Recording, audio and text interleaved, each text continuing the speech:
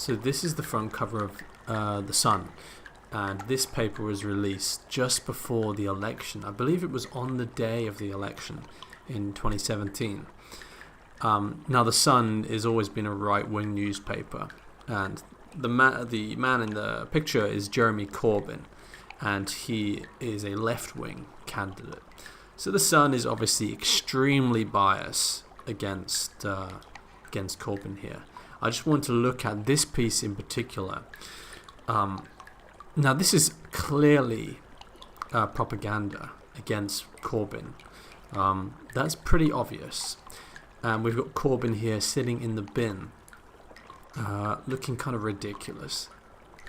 Now, you might think that this kind of propaganda is so stupid that it could never really have much of an effect on the way people vote, But unfortunately, that just isn't true. Propaganda like this is very primal. It's going to appeal to your primal urges. And the idea of this propaganda is to try to make you feel like Corbyn is ridiculous and that he could not be, he's not intelligent enough to be the leader of the tribe. Okay. Now, an image like this, you're going to see this, and actually your subconscious brain is going to absorb this image just like it would anything else. And you have the newspaper, this image builds an association in your mind between Jeremy Corbyn and someone who is unintelligent or stupid. So look, the next time you go and you think about voting, or maybe the next time you see Corbyn on TV, you might sort of feel like, this guy doesn't know what he's talking about. It will be more easy to dismiss everything that he says, because in your subconscious, which is where your thoughts originate from, in your subconscious, you have put an association together that Corbyn is not intelligent. And obviously the bullet points here on the left: terrorist friend, destroyer of jobs, nuclear surrender, open immigration, Marxist extremist. This is all complete BS. But all you have to do is you make an assertion. That assertion goes into people's heads and it changes the way they think. It doesn't have to be intellectually sophisticated. You just put the assertion in people's heads and it will be effective.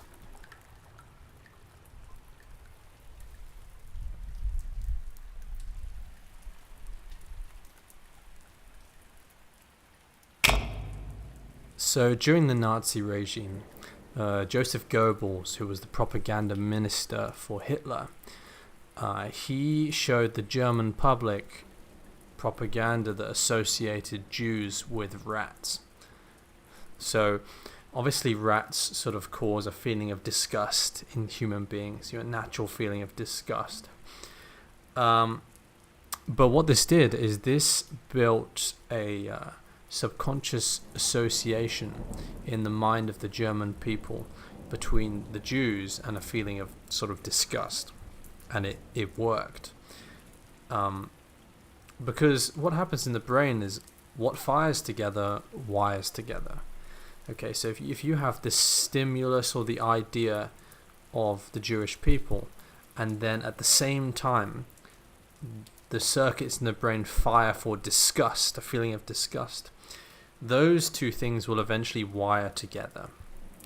So after sort of months and years of this association being shown to the German public through the propaganda, eventually many of the German people started to feel kind of disgust when they saw a Jewish person. They would feel ugh, and that's partly because the propaganda actually made a sort of connection in the brain between the Jewish people and a feeling of disgust.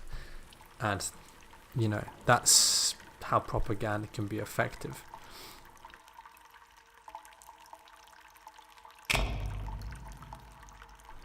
So this poster was distributed around America during World War II. And millions of young men would have seen it, and it would have inspired them to join the Navy. So what is happening? How does what is happening in the mind of someone when they see this kind of poster? Well, what's happening is the brain is making associations between the Navy and different emotions. For example, it's making an association between the Navy and pride, a feeling of pride. It's making an association between the Navy and a sense of meaning. Your life is meaning. And lastly, it's making an association between the Navy and increased sex appeal. If you look at the way he's drawn here, he's a handsome dude, right? He's a handsome guy. They could have just drawn him as like a normal, average-looking guy, but no, they can't do that because they want to create an association between the Navy and an increase in sex appeal. And that's very appealing to guys, especially like the young ones, if they're 18 to 22, very appealing to them. And so what will happen is eventually many of the young men that saw this poster would have eventually decided to join the Navy. Now, if you asked one of them back then, if you would have asked one, why did you decide to join the Navy? They might say something like, joining the Navy is the right thing to do, or something like that. But they are, especially the young ones, would be completely unaware of the effects that this propaganda like this and other pieces similar to this would have had on them. Because this poster is planting subconscious associations in their minds between the Navy and an increase in sex appeal. The Navy and a sense of meaning, right? This was all through this image. And this is the power of images to sort of change the way people think. Now, they would make their decision to join the Navy through an emotional subconscious filter. So the emotions come first and then they rationalize logically afterwards. For example, they might say joining the Navy was just the right thing to do. So there it is. That's the power of propaganda.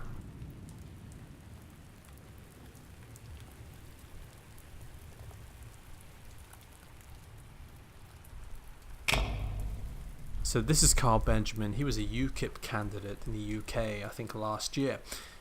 Now, he was accused of making racist remarks on Twitter, and then many newspapers and many news sources kind of tried to do a hit piece on him to make him seem, as bad as they possibly could. But I just want to focus on the image choice, the image they've chosen to do this. As you can see, he's got his hand up towards the camera like this, and almost, loads of the news sources use the very same image. Now, there are loads of images of this man they could choose from. So why did so many news sources decide to use this one in particular? Well, the reason is because this image implies a sense of defensiveness. He's holding his hand up to the camera as if to say, no, trying to deny, I did not see those things, I didn't say those things. That's how it appears. Because what you've got to understand is that this kind of propaganda is very primal, right? Human beings are very emotional, very primal. And so if we see somebody looking defensive, we think back to sort of as if they're in our tribe and we can't trust them to be in our tribe, right? And that means we have a bad emotional reaction to them. So like I said, this is not a randomly chosen image. This image is chosen on purpose because it shows defensiveness. And so after you have this image at the top of the page, and then underneath you have an article about Carl Benjamin here. Now, the first thing you see is this image. And what that's going to do is that you're going to have negative feelings towards Carl Benjamin before you even start reading the page. So you will read the rest of the article through a negative emotional filter. Everything else you read, you'll be already feeling bad about this guy. So you'll read it through that kind of lens. And that's going to have a big impact on how you feel about the individual. Because we feel as if he's a defensive person. Now, logically, you might say, well, that kind of image doesn't have any effect on me. It doesn't mean anything, this image, but the image will make you feel a certain way before you start reading.